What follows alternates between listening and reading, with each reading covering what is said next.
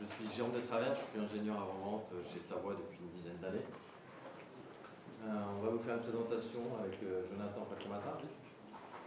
Bonjour à tous aussi, je suis ingénieur commercial sur la partie TMS chez Savoie depuis 7 ans et j'ai un petit peu plus de 10 ans d'expérience dans la supply chain et tous les sujets relatifs au transport. Alors le sujet de la conférence ce matin, c'est comment financer un projet de TMS à moindre frais. Voilà le sommaire qu'on vous propose. On va vous parler de notre TMS, qu'est-ce que c'est qu'un TMS, quels sont les objectifs d'un TMS et comment on atteint ces objectifs. On vous parlera ensuite comment est-ce qu'on peut avoir un ROI rapide sur cette solution lorsqu'on l'implémente. Ensuite, on finira en vous présentant notre solution et ce qu'on propose. Alors, le TMS, il faut d'abord bien savoir de quoi on parle. Il existe sur le marché plusieurs types de TMS. Nous, la solution qu'on propose, c'est un TMS chargeur. Donc, sur le marché, vous allez trouver des TMS chargeurs, des TMS transporteurs, des TMS commissionnaires. Nous, la solution que l'on propose, c'est un TMS chargeur. Donc, c'est dédié aux entrepôts qui font de la préparation et qui expédient des colis. L'objectif d'un TMS chargeur, il est triple. Le premier objectif, c'est optimiser le coût du transport. Qu'est-ce que ça veut dire, optimiser le coût du transport? C'est choisir le transporteur le moins disant pour une commande. Le transporteur le moins disant, ça va être le transporteur le moins cher qui va répondre aux services associés à la commande. Donc ça, c'est le premier objectif. Le deuxième objectif, c'est maîtriser la qualité de votre transport. Une fois que vous avez expédié, ce qui est important pour le client, c'est que vous respectiez la promesse, c'est-à-dire le service que vous avez demandé au transporteur, il faut s'assurer que le transporteur vous le rende bien. Lorsque vous expédiez un colis à J+24, il faut s'assurer que le transporteur livre bien à J+24. Et le troisième objectif, c'est la maîtrise des coûts. Alors qu'est-ce que ça veut dire la maîtrise des coûts? C'est s'assurer que le coût que le transporteur vous demande, que la facture que le transporteur vous envoie, corresponde bien à ce que vous avez expédié, en termes de volume, en termes de poids, en termes de tarifs. Donc ça, ce sont les trois grands objectifs d'un TMS chargeur. Et pour y répondre, on a un certain nombre de fonctionnalités que l'on vous présente ici. Donc la première fonctionnalité est une fonctionnalité terrain, c'est la partie affectation transport. Donc qu'est-ce qu'il y a derrière l'affectation transport? La première chose, lorsque vous avez une commande à expédier, c'est sous quel mode vous allez expédier cette commande. Est-ce que vous allez l'expédier en mode messagerie ou en mode affrètement? Ce sont les deux grands modes d'expédition que vous allez retrouver dans le transport. Et ensuite, une fois que vous avez choisi ce mode d'expédition, une fois que la solution TMS a choisi ce mode d'expédition, on va travailler donc soit en affrètement, soit en messagerie. Et derrière ces deux grands modes d'expédition, vous avez des moteurs de groupage qui vont pouvoir optimiser ces expéditions. Derrière ça, vous avez la possibilité de prendre des rendez-vous. Donc, lorsque vous êtes en affrètement, il y a des besoins de prise de rendez-vous. Donc, le transporteur pour lequel vous avez demandé un affrètement, il va pouvoir se connecter au travers d'un portail collaboratif et venir prendre des rendez-vous. Ça, c'est pour les expéditions, je dirais, quotidiennes. Vous travaillez soit en messagerie, soit en affrètement. Et de temps en temps, vous avez besoin de faire une expédition un petit peu exceptionnelle qui sort du quotidien. Et là, vous allez partir sur des demandes de cotation. En fait, vous allez envoyer un certain nombre de transporteurs que vous aurez préparamétrés, que vous aurez identifiés. Vous leur envoyez un descriptif de votre expédition exceptionnelle et il va vous renvoyer une cotation. Et lorsque vous avez la cotation des différents transporteurs, vous allez choisir le transporteur qui vous intéresse le plus en fonction du prix, en fonction des délais, en fonction des différents services qu'il va vous rendre. Donc ça, c'est la cotation. Et ensuite, dans certains cas, on a certains clients qui vont confier une partie de leurs expéditions à des transporteurs et ils peuvent aussi avoir en interne une flotte de camions. Et là, ils vont avoir besoin d'un outil d'optimisation de tournée. Donc ça, c'est la partie choix du transporteur, donc optimisation du coût. Une fois que vous avez choisi vos transporteurs, vous avez préparé vos commandes sont expédiées. Ensuite, il y a toute la partie traçabilité. On fait de la traçabilité en transport, pas uniquement pour faire de la traçabilité, mais pour remonter des informations sur vos transporteurs. Est-ce que vos transporteurs ont bien livré la marchandise à l'heure, en bon état, de manière à pouvoir qualifier la qualité de vos transporteurs. Parce que vous utilisez un transporteur, vous allez payer un certain nombre de services associés à ce transporteur-là. Il faut que vous vous assurer que le transporteur vous rend bien ses services. Okay, donc en remontant toutes ces informations de traçabilité, vous allez pouvoir derrière faire des KPI. Ensuite, il y a toute la partie gestion financière. Donc là, on était sur une partie plutôt opérationnelle, choix du transporteur, traçabilité une fois que vos expéditions seront parties. Ensuite, il y a un autre pan du TMS, c'est toute la partie gestion financière. Là, donc, c'est ce qu'on appelle la maîtrise des coûts, l'objectif. Donc, c'est s'assurer que ce que le transporteur vous facture correspond bien à ce que vous avez expédié. Donc, on va, au travers de notre TMS, on va générer une préfacture. Donc, en fait, on va valoriser toutes les expéditions par rapport au volume, au poids, au tarif que l'on a paramétré dans la solution. Ensuite, on va récupérer les factures des transporteurs, on va les intégrer dans notre solution et on va venir comparer la préfacture avec la facture du transporteur. Et on va éventuellement sortir les écarts. Okay, et là, c'est un levier important pour dire au transporteur, voilà ce que ça devrait coûter, voilà ce que vous nous demandez, il y a un écart. Donc là, vous discutez pour savoir pourquoi est-ce qu'il y a un écart, d'où ça vient, est-ce que ça vient de vous, est-ce que ça vient du transporteur. Et ensuite, on a une dernière fonctionnalité qui est la simulation des coûts. Donc là, ça va vous permettre, un transporteur avec lequel vous travaillez, il change ses tarifs au 31 décembre, il vous dit, vous verrez, j'ai des tranches qui sont plus intéressantes pour vous. Vous allez pouvoir intégrer ces nouveaux tarifs dans la solution, vous allez pouvoir rejouer vos expéditions historiques et pouvoir comparer ce que vous avez payé et ce que vous payeriez avec les nouveaux tarifs. Et vous pouvez utiliser cette fonctionnalité aussi avec un transporteur avec lequel vous ne travaillez pas pour le moment. Vous dites que c'est peut-être intéressant de travailler avec ce transporteur-là. Vous lui demandez ses tarifs, vous les intégrez dans la solution, vous rejouez vos expéditions historiques avec ces nouveaux tarifs et vous allez comparer par rapport à ce que vous avez payé avec les transporteurs avec lesquels vous travaillez d'habitude et avec cet éventuel nouveau transporteur. Donc voilà le périmètre fonctionnel d'un TMS chargeur avec les fonctionnalités que l'on propose. Alors, ce qui est intéressant dans notre solution, c'est que nous, on a une solution dans laquelle vous allez pouvoir activer les fonctionnalités à la carte, c'est-à-dire on n'est pas obligé de déployer l'ensemble des fonctionnalités, l'ensemble du TMS. L'objectif, c'est quoi? C'est de faire des petits projets avec des délais restreints, avec des budgets restreints.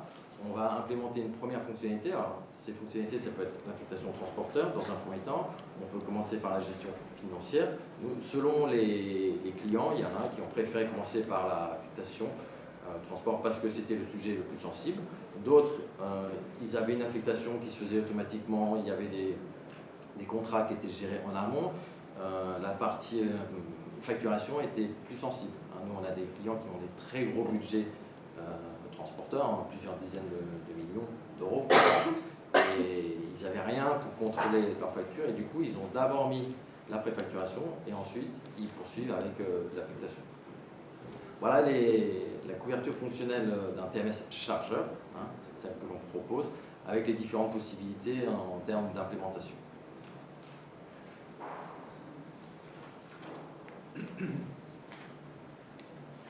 Du coup, ce qui est important de retenir, c'est que c'est une solution qui est modulaire. En fait, chaque module sont activables à la carte et chaque module, en fait, derrière, il y a du ROI à réaliser. Alors, on va vous présenter en fait une approche un petit peu nouvelle qu'on réalise sur un nouveau client.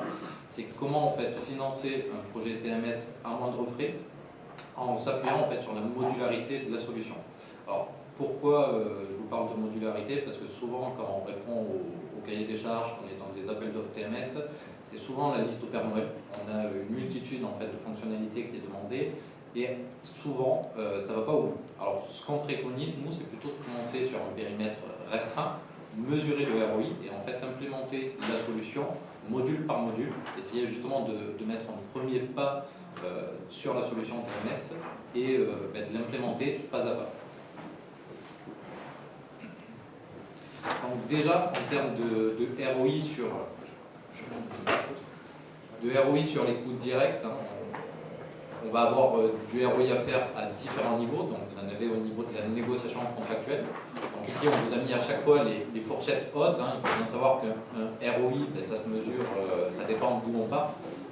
Si vous faites déjà le travail, le ROI sera moins intéressant. Par contre, ce qu'on voit assez fréquemment, c'est que la partie transport, elle est rarement digitalisée, c'est rarement informatisé. On est encore sur des process souvent manuels, hein, ou alors on travaille avec des fichiers Excel. Donc il y a quand même des gains assez intéressants à réaliser. Donc au niveau de la négociation contractuelle, on est sur un ordre de grandeur de 1 à 2%. Au niveau du contrôle facture, alors encore une fois, ça dépend d'où on part. En absence de contrôle total, on va être sur des gains entre 3 à 5%. Si vous faites déjà du contrôle manuel, bon, le gain il sera plus minime, on sera autour de 0 à 1%.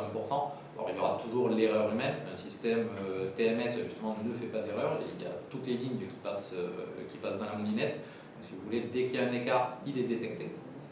Et par sondage, on sera entre 1 à 3% à peu près d'erreur.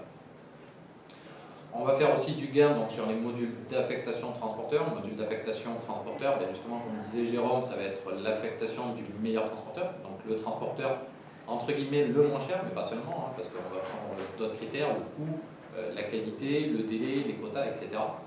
Mais là où on va faire le gros du ROI, c'est justement sur les opérations de groupage, donc de regroupement quand on parle de messagerie, et de groupage tarifaire quand on va parler en fait d'affrètement.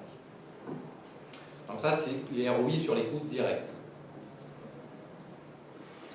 Sur les coûts de structure, hein, bon là ça va être du frais de personnel, on va gagner en fait des gains de temps, donc plutôt que de réaliser manuellement, on va gagner des minutes par homme et par dossier pour aller chercher justement l'erreur sur les factures, c'est souvent long, fastidieux, et même justement quand vous dédiez quelqu'un à la recherche d'erreurs sur les factures, il y a quand même toujours des lignes qui vont passer entre les mailles du filet. Donc vous avez en fait du ROI sur les coûts de structure à différents niveaux. C'est surtout au niveau du temps, au niveau du gain homme que vous allez gagner. Là où ça devient un petit peu intéressant, justement, c'est sur l'approche qu'on vous propose. On est parti en fait du constat que souvent vers un projet TMS, et c'est vrai pour tous les projets, hein, c'est le gain qu'il y a derrière qui va générer le projet, qui va faire que ce projet est validé auprès de votre direction. Ce qu'on propose aujourd'hui, c'est de faire en fait un audit de vos factures. Donc, moi je dis sur les 2 dernières années, on peut remonter au-delà. Après, je pense que vous allez vous fâcher avec vos transporteurs si vous remontez au-delà de 2 années. Mais le principe, c'est justement d'auditer vos factures sur les 2 dernières années. Alors quand je dis auditer les factures sur les 2 dernières années, hein, en fait, on va paramétrer la solution comme si on était en mode projet chez vous. Et en fait, on va intégrer les factures dans notre solution, dans le TMS. Et l'idée, justement, c'est que la solution fasse ressortir les écarts et vous dise, voilà, sur l'année N-2, j'ai détecté 200 000 euros d'écart. Sur l'année N-1, il y a 220 000 et sur l'année en cours, sur les 3 premiers mois, il y a tant d'écart. L'idée derrière, hein, c'est qu'un audit, on ne va pas parler finance aujourd'hui, mais on est loin des coûts d'un TMS, hein, c'est quelques milliers d'euros. L'avantage, c'est que ça peut mettre justement en avant des gains assez importants que vous pouvez réaliser juste sur le contrôle des factures. Et donc derrière, c'est faire l'audit des factures, voir le gain que vous pouvez réaliser avec cet audit des factures et intégrer en fait sur le module financier. Le module financier, c'est préfacturation et contrôle facture. Autrement dit, l'audit qu'on va réaliser sur les années précédentes a pour objectif de financer le premier module en fait, de la solution TMS, préfac contrôle fac. Une fois que ce module est installé et paramétré, on remesure le ROI et vous pouvez financer en fait les autres modules derrière. L'idée, c'est on a une solution modulaire, autant l'utiliser justement à juste escient pour faire une mesure du ROI module par module, en commençant par un audit. Alors l'avantage, moi je vois que c'est double, hein, c'est que déjà vous pouvez mesurer de manière propre le ROI. On n'est pas sur des ROI théoriques, c'est vraiment du concret, vous le mesurez réellement. Vous savez sur l'année N-2 combien vous avez d'écart, l'année N-1 idem, vous mesurez ça et vous financez de manière propre le premier module. Et une fois que ce premier module est installé, on attaque sur un deuxième module, un troisième module, un quatrième module. Ça c'est d'un point de vue financier. D'un point de vue projet, ça permet déjà d'attaquer par quelque chose, j'ai envie de dire. Parce que souvent, comme je vous disais, on a des cahiers des charges où il y a une multitude de fonctionnalités. Là, on met déjà le pied dedans. Alors, moi, je propose le module financier parce que c'est assez intéressant. Pourquoi? Parce qu'on ne touche pas à l'opérationnel. Le module financier, c'est quelque chose qui est un petit peu de côté, hein. On ne gère que les factures des transporteurs. Donc, si vous voulez, il n'y a pas d'impact sur la gestion de tous les jours de vos transports, hein. Donc il n'y a pas un gros changement d'organisation et ça permet d'avoir un pied dedans parce que on va paramétrer tous les transporteurs, toutes les grilles tarifaires, tous les services. Donc vous avez déjà quand même une grosse partie de votre transport qui est digitalisée. Et ensuite, c'est beaucoup plus simple justement pour venir greffer d'autres modules qui vont plutôt toucher à l'opérationnel dans un deuxième temps. Donc ça, c'est plutôt pour l'approche ROI, justement, installation du projet. Donc cet audit, hein, c'est quelque chose qui prend 2 mois à peu près, 1 à 2 mois. Alors, tout dépend aussi de la quantité de data qu'on a fait. Il faut compter 1 à 2 mois et derrière, vous avez vraiment des choses concrètes pour avancer sur un projet. Donc c'est un petit peu, aujourd'hui on a une trentaine de minutes hein, pour vous exposer justement ce qu'est un TMS et comment on calcule du ROI. L'idée, voilà, c'est derrière, si ça vous intéresse, on est au stand 9, nous on va pouvoir justement vous donner un petit peu plus d'informations sur comment avancer sur un projet TMS, comment le faire valider auprès de votre direction. Donc n'hésitez pas à venir nous voir. Donc, quelques mots sur notre entreprise, hein. On a pris le sujet à l'envers, qui nous sommes. Donc on est Savoie, on est concepteur et intégrateur de solutions logistiques globales, hein. Savoie en fait c'est 2 gammes de produits. On a d'un côté la gamme software, on va faire de l'édition de WMS, de TMS, l'OMS et l'EDI, donc vraiment toute la partie logicielle, supply chain exécution. Et de l'autre côté on a donc la gamme technologie, où on va faire de la mécanisation d'entrepôt, ça va être tout ce qui est préparation de commandes automatisées, convoyeurs, machines d'emballage, etc., etc. En termes d'implantation, donc pour savoir, hein, on est une entreprise française, jusqu'à il y a 5 ans encore, on était quand même très franco-français, on faisait pas mal de business en Europe. On a commencé un petit peu à s'étendre à l'international, hein, donc on a des bureaux aux États-Unis, en Chine et depuis 2 ans du côté de Dubaï. Rapidement aussi, donc savoir en chiffres, hein, c'est 151 millions d'euros de chiffre d'affaires, c'est 800 personnes, c'est 16% de croissance, donc ça s'explique justement par notre développement à l'international. Et en termes de répartition de chiffre d'affaires, donc c'est à peu près les 2 tiers sur la partie mécanisation et 1 tiers sur la partie soft. Alors c'est pas qu'on vend plus de software que de mécanisation, tout simplement que les ordres de grandeur sur un projet de mécanisation ne sont pas du tout les mêmes que sur un projet software. Et on est dans le top 20 mondial, donc des acteurs pour la supply chain. Et donc pour conclure, hein, on vous a remis dans notre gamme software, hein, donc l'OMS, le WMS, le TMS, le WSS. Ce qu'il faut savoir, hein, et ce sera le petit mot de conclusion, c'est justement on vous présente une approche modulaire et très focus ROI pour installer votre solution. Là on parle de TMS, aujourd'hui on est au top transport, le sujet c'est le transport, mais il faut savoir que nos produits sont tous sur le même socle technique, hein. Et derrière, pourquoi pas enchaîner avec justement une solution de type WMS. On est encore sur le même socle technique, donc avec des interactions justement qui seront bonnes dans le sens où si vous êtes sur le même socle technique, la communication WMS-TMS se fait bien.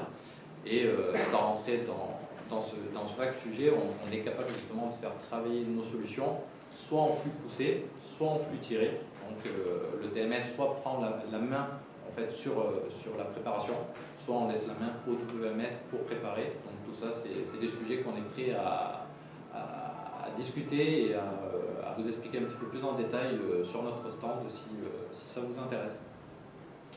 Voilà, donc on a fait vite, justement, le but c'est d'être bref.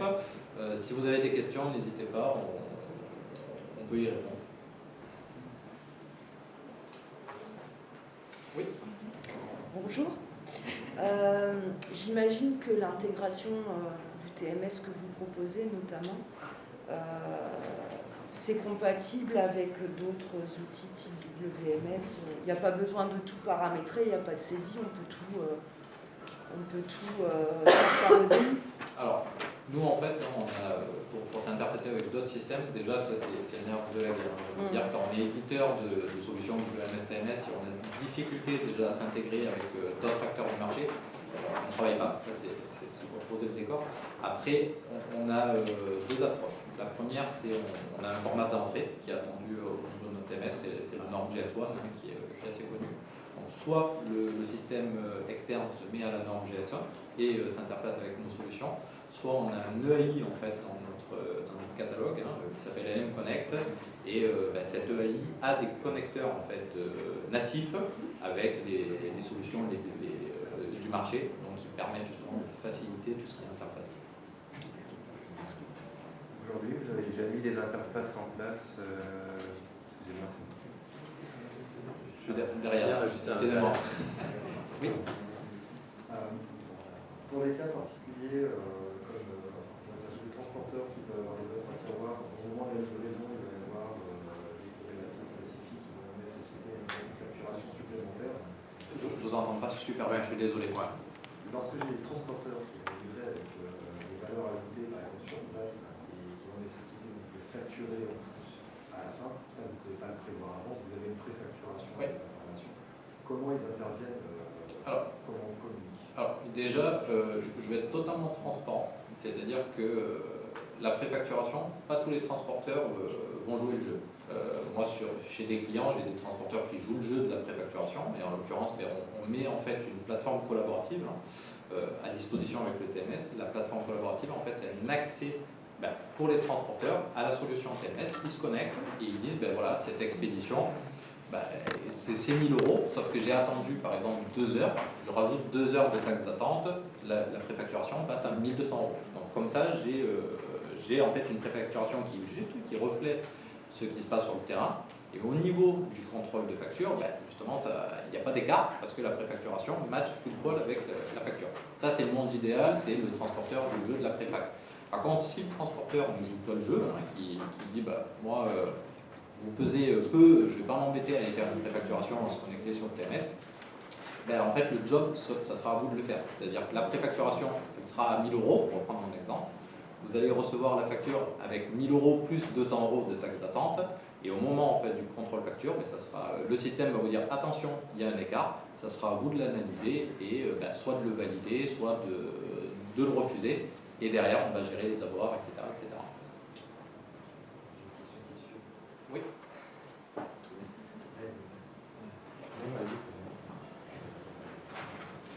Est-ce que vous avez développé l'interface EDI justement en retour? Peut-être que certains transporteurs ont dans leur système la possibilité d'indiquer qu'il y a des surcharges, et donc du coup en retour on pourrait directement compléter les informations manquantes et éviter un contrôle supplémentaire après la facturation. Alors ça justement on le propose, mais c'est pas uniquement dans notre module financier. Il va falloir, en fait, on va s'appuyer sur notre module de track and trace, qui lui va nous remonter les informations qui se passent sur le terrain.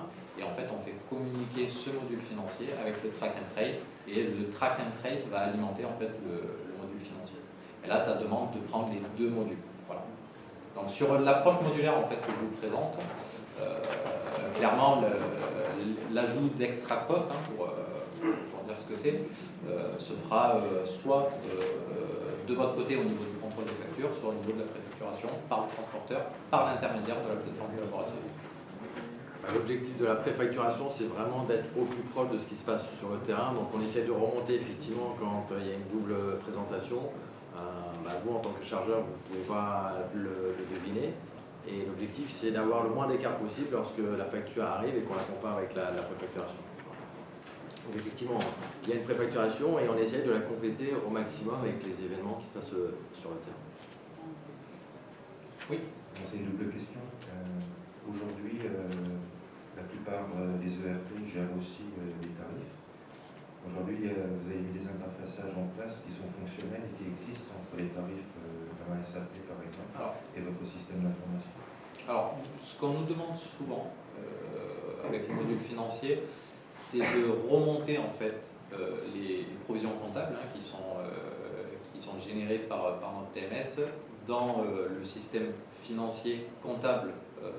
Par exemple SAP FICO, remonter ces provisions comptables et remonter les coûts réels. Donc Donc ça, c'est souvent ce qui est demandé. On a aussi pas mal de demandes sur tout ce qui va toucher à l'éclatement analytique, hein, à voir justement le coût pour tel article. Donc on est vraiment sur l'analyse financière assez fine, hein, c'est ce que j'appelle l'éclatement analytique. Et après, on est vraiment sur un système autonome en termes de grille tarifaire, de tarifs, de services, de transporteurs.